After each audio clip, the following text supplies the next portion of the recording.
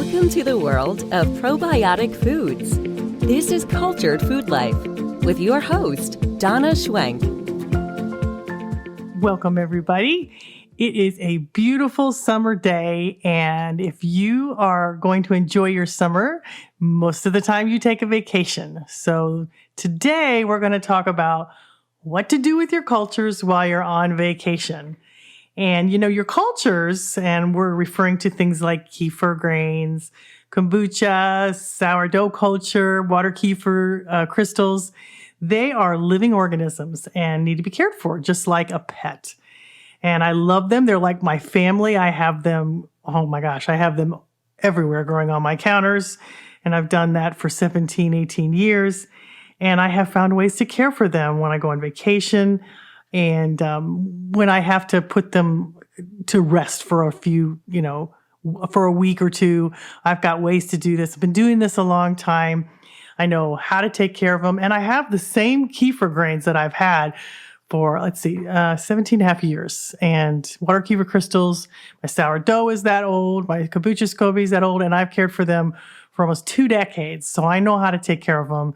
And they continue to thrive and grow and reproduce. And so I'm always getting new ones, and they're healthy. And it's because I really love them. They've really changed my life in such a spectacular way that when something does that, you pay attention, and I care for them just like I would a family member because they have made such a difference in my life. I found a lot of good ways to take care of them. And especially when I go on vacation, and the good microbes in these cultures will eat the sugars out of the culture. And you want to be sure that these little mini organisms have plenty to eat so they won't die, because when they run out of food, they die. And it's a living colony of microorganisms, and they need food just as you do. Some people say that there's good yeast and good bacteria in the food that are in a symbiotic relationship, which I disagree with. I do not think that they are surviving together and cooperating. What they do is they look for dominance, and whatever has the most of these colonies, whether it's especially with good bacteria and with harmful bacteria outside of these cultures, they want to dominate. So whatever good bacteria is most dominant kind of controls the environment, and that's with good yeast too. And you want that in your cultures. And they keep out the pathogens because they're so strong, and there's so many good bacteria and good yeast in it. So you want to keep them fed, you want to keep them healthy, and you want to keep them growing, and then they keep you that way. So a funny story, I've taken a lot of cruises in my life. I've gone on, I think I've gone on 3 cruises, which isn't a lot, but for me it's a lot. And, I've had to either store my cultures, and I take some things with me. And I store them for limited times. But let me tell you, when I was on a cruise ship, the first thing I noticed was the giant containers of hand sanitizer everywhere on the ship. Every time you got on, every time you got off, every time you went to the restaurant, every time you went to just about any place on the ship, they were everywhere. And they wanted you to use them before every meal or as often as you can. And they were always crew members always encouraging you to use them. And viruses on cruise ships can be a very terrible, horrible thing. And sometimes it gets worse, and it seems to be getting worse and not better. I've been noticing more and more problems on these ships.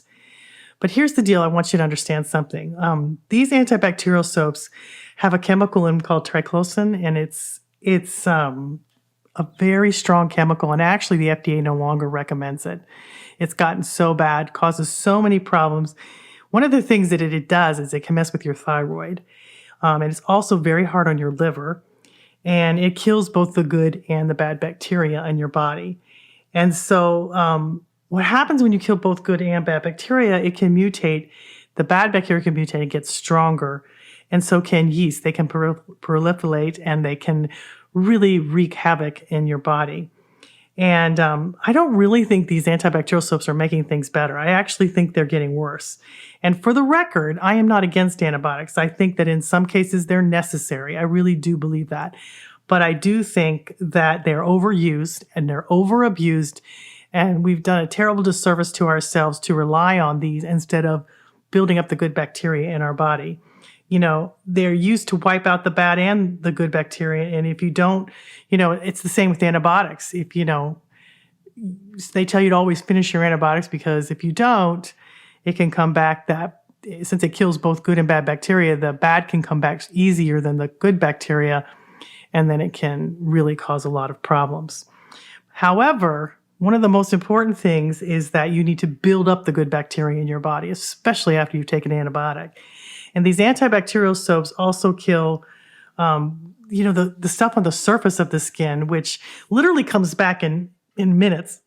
But if everybody's killing everything, then you don't have the ability to have the good bacteria spread because you're killing the good bacteria so much. And it really is important that you build up the good bacteria and not just rely on things like antibacterial soaps and antibiotics.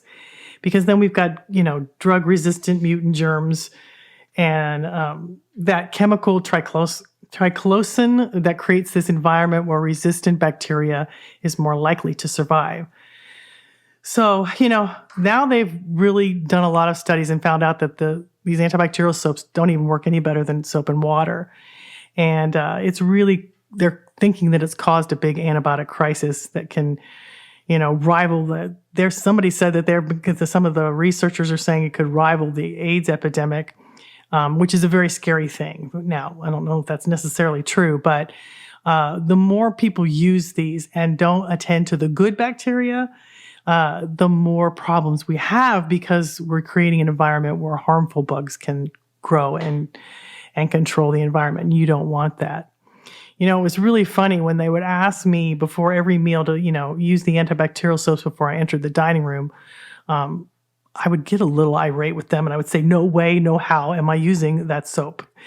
And after they asked me like 10, 15 times, I finally lost it and said, you know what, you'll have to just throw me overboard if you want me to use that soap because I am not using it. And they kind of freaked out a little bit and they were like, oh, okay, you're a rebel. You're a rebel. You don't have to use it. And it's not even that I was trying to be a rebel. It was just so hard for me because I really, really believe that the good bacteria that houses Donna is so strong. It has kept me well for so many years. I'm not even afraid of viruses or anything anymore because I know that my body has built up enough good bacteria that it really keeps me resistant to so many things. And I have lived that way for so long. And it's hard to be convinced otherwise. Everybody's like, oh, you got to use this. But I have lived a whole different life. And sometimes I feel like I live in a different universe because I get so many letters from so many people that are experiencing the same thing. Sickness becomes a thing of the past and wellness becomes the norm. And when that happens to you, you feel like you're living on another planet because everybody else, believes in, the power of antibacterial soaps and instead of building up the good bacteria that is really naturally in them and resides in them. And it's really funny because I live in a really little town that doesn't have very many shops. We're kind of on the outskirts of the cities and we have a little bit of acreage and we kind of like that because we like being by ourselves, but there aren't a lot of stores. There's hardly anything. I think we just got a new store in town and it was a Tractor Supply because this is very country where I live. And I'm like, oh my gosh, the first store we get that's big is a Tractor Supply. Kind of cracked me up. But since so many people here have land and have animals, they love it.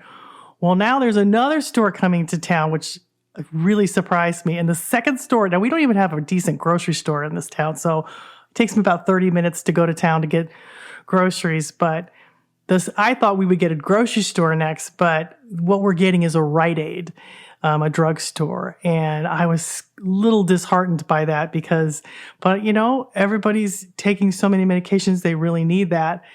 And I was hoping for a grocery store but demand and supply rules. And I'm trying with all my heart to spread the news that your body is designed to heal you. But if it's designed to heal, you have to take care of it. You're the captain of the ship. You're the one who controls it. So it depends on what you eat, how you live, how you exercise, how you feed your mind. All of these things we control, and they are designed to keep us well and happy. And so if you don't know how to do that, then you're kind of at the mercy of what conventional medicine and drugs do for you. But surprisingly enough, I think it's so easy to just, if you eat these probiotic foods, since you're 100 trillion bacteria, and if you eat these probiotic foods, you're going to feed that good bacteria. And 100 trillion is more than the stars in the Milky Way galaxy. So if you feed it and you make it strong and you make it mighty, it fights pathogens. It fights all kinds of inflammation in the body. It creates a wellness. It helps you digest your food and get nutrients from your food. It enhances it helps so many different areas, including your mind, your wellness, your mood. It creates, how you control your blood pressure, your blood sugar, there's just research is flying in the doors about how microbes control so much in our life, and they should. They're the most living organism in our body. They're more than cells in our body. We are just sacks of bacteria walking around. That's who we are, and so we are really living entities of bacteria. And when you pay attention to that, it changes everything. Okay, so I'm going to get off my high horse about the antibacterial soaps because it bugs me. I just want you to build up the good bacteria. So, I'm very thankful that on the cruise ship, I brought my own kefir. And it was exciting to me. I actually brought kombucha in a little container too. I had a little, it lets you bring on a small, I don't know if they still do that, but a small cooler. And I stuffed it full of kombucha. And one of these days, they're going to have it on the cruise ship. You watch, because it's really growing in popularity. And one of these days, they're going to start having that on the ship. And I met a couple ladies one night in the internet lounge, and they were expressing to me their health struggles, and we got to talking, and then they took my website down. And it was such a wonderful conversation I had with them out on these high seas. So many people have so many misconceptions about, probiotic foods. They're afraid they'll get sick if they don't make them right, they're about the easiest thing in the world to make. And because they have so much good bacteria, it's really hard to mess them up because the good bacteria dominates and keeps out the pathogens. And people are looking for solutions to the health problems that plague them, and the old ways are just not working anymore. And countless rounds of antibiotics just don't solve the problem. They kind of make things worse over time. So when you start to change your mindset, and I really believe that's what's happening, I believe that we're in a period of change. I think some of the old ways are going to have to shift and change as people realize that, just taking a drug and putting a Band-Aid on something isn't solving what caused the problem in the first place. And that was something I was always interested in. I wanted to know in the beginning why I had high blood pressure, what was causing that? And a lot of that was inflammation in my body, which kefir helped, reduce and helped bring me back into the normal range. And then there's other reasons for other diseases. And if we don't find the core reason for it, just putting a medication on it will temporarily relieve it, but it doesn't solve the problem. And a lot of times, I love the quote by Hippocrates that said, all diseases begin in the gut. And when you fix your gut, many times these problems go away. And I've seen that countless times, thousands of times, from letters from people and things that I never even knew that these foods could help. But it brings balance to the body. And when you start to change the way you think, things start to change. And I love this quote by Deepak Chopra that said, every time you're tempted to react in the same old way, ask if you want to be a prisoner of the past or a pioneer of the future. And basically, do you want to just keep doing the same things you're doing that's creating sickness and disease, or do you want to create wellness? And here's the thing. The body that created the disease and the sickness can also create wellness. It's a double-edged sword. It has the power to keep you well or make you sick. We are a chemical pharmaceutical factory.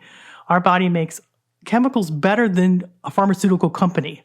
They are constantly sending out chemicals to our body based on stress responses, health and wellness. I mean, there's so many things that our body does. It makes drugs inside of us, and it can keep us well or it can make us sick. But it all depends on how you're living your life. And not just what you're eating, but what you're thinking, what you're feeling. Those chemicals are made, and those chemicals can be turned and make you well. And I love that. The body that made me sick is the same body that can make me well. And that is exactly what happened to me. And it's been an exciting journey to understand how the body does that. And it makes me feel very grateful to live in this body that I have that is my home on planet Earth. And it's such a journey. And when you really tap into that, it changes your whole life. It changes everything, because then you have the power to change your life and not just be struck with sickness and disease that you feel like came out of nowhere. You take the reins back, and I hope I can help you do that. Okay, so let's talk about cultures and how you can store them when you go on vacation. Okay, let's start with milk kefir grains. Now, milk kefir grains are what make milk kefir. They also make non-dairy kefir. It depends on which kind of milk you use. But if you're going to store your grains and you want to go on vacation, let's say you want to go for a week. You place your kefir grains in milk, and if you have a tablespoon of kefir grains, then you're going to put them in 2 cups of milk.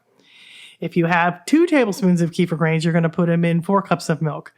If you have however much you have, you need to follow the ratio of 1 tablespoon to 2 cups of milk. And you put them in that milk, then you put them in the refrigerator. And I like to give them just a little bit of extra milk to so they have plenty of food to eat. So let's say you have a half a cup of kefir grains. You're gonna need to put them. How many tablespoons are in a half a cup of kefir grains? It's like 6. So you would need to take that times 2. Whatever you've got, you got to take it times 2 and add that much milk. And then you put them in the refrigerator, and this will last for 1 week. And coming home, when you come home, you return home, you strain off that milk that the kefir grains are resting in. And it's technically not really kefir because it's been in the fridge and it makes them very sluggish. But you can drink it, but it doesn't always taste very good because it's not really fermented like it would on the counter. But you can drink it if you want, or use it in something, or give it to your pets. But after you strain it out, you can do whatever you want with that milk, but you can also need to put them in fresh milk and put them on your counter. And the grains will be a little slower waking up. It'll probably take you a couple of times of making kefir to get them to get back up to speed to work in 24 hours. But the second time they should be doing that. Like the first 24 hours, it may take longer than that because they'll be sluggish. Because basically what happens in the refrigerators is it slows them down and makes them sluggish. So they don't ferment very fast. And so what you want to do is just start making kefir again, warm them up. So now let's say you're going to be gone longer than a week. If you're going to be gone longer than a week, I recommend you can freeze them. Okay. I never used to recommend this, but I have done it and it actually works. I don't recommend you freeze them very often. Maybe once or twice a year max. Don't do it more than that, because after a while you'll start to diminish and they'll diminish the bacteria in the kefir grains. But you put them in a glass jar with milk, and yes, you can put glass in the freezer as long as you leave room for expansion in the jar, and because it will expand when it freezes. And then you use a food grade plastic. You can also use a food grade plastic jar with a lid and place that in the freezer, but make sure it's got a good tight lid on it. And you can store this for several months, and they should be fine, or a few weeks. Now, when you come home and you want to use them again, it takes a little while to wake them up, and especially from the freezer. And so it may take 2 or 3 times to get them going back to the way they were, but it doesn't really take too long. But when you get home, take them out of the freezer and let them thaw in the milk that you froze them in. And then after the milk has, it's thawed and it's liquid again, then strain it and give them fresh milk. And after a few days of making kefir, they should be fine. You need to discard that milk they were stored in, because I don't think it's bad, but I don't necessarily think it's just milk. And I think it's best to just get rid of that one if it's been in the freezer. And like I said, again, freezing should only be done once in a while. Freezing and thawing continuously can kill them, but once or twice a year should be fine. Now, what I did on my cruise ship was I took Easy Kefir. I took the packages, and those are freeze-dried kefir grains in these little powder packages. And I took it on the cruise ship with me, and I would go get milk from the lounge or whatever, from the kitchen, wherever the dining hall was, and I would bake it in my room because then I would have kefir. That is a fantastic way. And then you can use a little bit of that to make more. And I had kefir all week, and it's super easy, and it's just a little powder package that you take with it. It can't get hot. The powder package can't get above 100 degrees, but most of the time that doesn't happen if you put it in your suitcase. But I did actually take the Easy Kefir on my cruise. And Easy Kefir is just in a powder form. So you don't have to deal with grains. You don't have to deal with straining. It works fantastic. I just absolutely love it. It's, it's from kefir grains. It's just they're flash frozen and made into a powder. So you still get all the benefits from it. So it's wonderful. Okay, let's talk about kombucha starter. Storing your kombucha and SCOBY for a week or a month. Kombucha is probably one of the easiest ferments to store while you're on vacation. You just basically make a fresh batch of kombucha with your SCOBY and keep it on the jar on your counter for up to a month. And you can make it a little bit sweeter than you normally would if you want to. But for the most part, it will turn to vinegar, but it does stay preserved. And you can double the sugar in the recipe if you're going to be gone for several weeks if you want to help your kombucha not get super strong. But it still should be fine if you don't. It will turn to vinegar, and then you can use it when you get back, bottle it just like vinegar and store it in your cupboard. And you can use the starter tea to make more. It's going to be super strong, so it's going to make your next batch faster. You can store your SCOBYs, those little discs that are on top of your kombucha, in a jar with a lid with some tea that covers them. And those will last, at least a month or more on your counter. And I'm going to put a link down below in the description on SCOBY hotels and show you what I do. And you can see the pictures. You can see what it looks like, how to make a SCOBY hotel where all the SCOBYs stack up on each other and you store them in liquid. And they can last for a really long time. And then I have recipes on what to do with all those SCOBYs if you want that too, which is really, really fun. Okay, sourdough culture. Storing your sourdough culture for a week or two is pretty easy. If you're storing in the refrigerator, you should feed it right before you leave, and give it extra food. If you normally do the 1-to-1-to-1, which is one portion of starter, 1 portion of flour, 1 portion of flour. So if you have a half a cup of starter, use a half a cup of flour, half a cup of water. But in this case, I would use half a cup of starter and 1 cup of flour and 1 cup of water, and that will give you lots of food for your starter, and that would last a couple weeks. So that's going to make a big difference. And if you go past a couple weeks, it still should be okay. It'll just take more feedings to get it up and going again. And let's say if you really want to get it going, like let's say you're going to be gone a month or so, then you would give it triple the amount of flour and water, and it should still be fine. So instead of if you have a half a cup of starter, use, maybe a cup and a half of flour and water, or 2 cups of flour and water. That would be the best scenario. And then you'd have plenty of food for your starter. And even you'll kind of get a hooch, what they call, on the top of your starter when it runs out of food. It's kind of a dark liquid. It looks horrifying to some people, but it just means that the starters run out of food. That's a great way to tell when you're not feeding your starter enough. So the other thing that I would recommend doing, if you're really going to be gone a long time, like say a month, I would recommend dehydrating your starter for longer storage. It is a fantastic thing. And actually, I think this week I'm going to start selling my dehydrated sourdough starter because it's easier to sell and ship in the summertime when it's dehydrated. It's super easy to activate and use. And I can show you how to dehydrate your own and activate it. And I've got that recipe on my website, and I'll put that in the description below. But it's a great way to make your sourdough starter last, for a long, long time, at least a year or two. In its dehydrated form, and you just activate it and you've got it. That way, if you're not wanting to make bread, you can save it for the summertime if you don't. Although, one note here, summertime is the best time to make bread. Even though it heats up your house, it is the best time to make sourdough bread because it's warm outside and your bread loves it and it rises better and looks better. So that's another note. But I'm actually, yesterday and the whole week, I've been I'm working on dehydrating all my starters. I've got an einkorn sourdough starter that I'm dehydrating, and I've got a gluten-free starter that I've made that, guys, it makes the best bread. I'm still tweaking the recipes a little bit, but I'm going to start selling my own because I wasn't really happy with some of the other ones, some of the bread recipes for gluten-free, and I think I found one that you're really going to love. And the einkorn sourdough starter is fantastic, and I think I'm going to have that available too. And they'll be dehydrated, and then you just activate them. So it's going to be easy for you. You don't have to do it right away. You can do it whenever you want, and then I can teach you how to dehydrate yours so you can save it if you don't want to make it anymore. Okay, and now water kefir crystals. Those are different than milk kefir grains, and actually milk kefir grains are not grains actually in the grain family. That's just what they really call them grains, but they're really not related to wheat. But water kefir crystals are different. They're more translucent. They're tinier.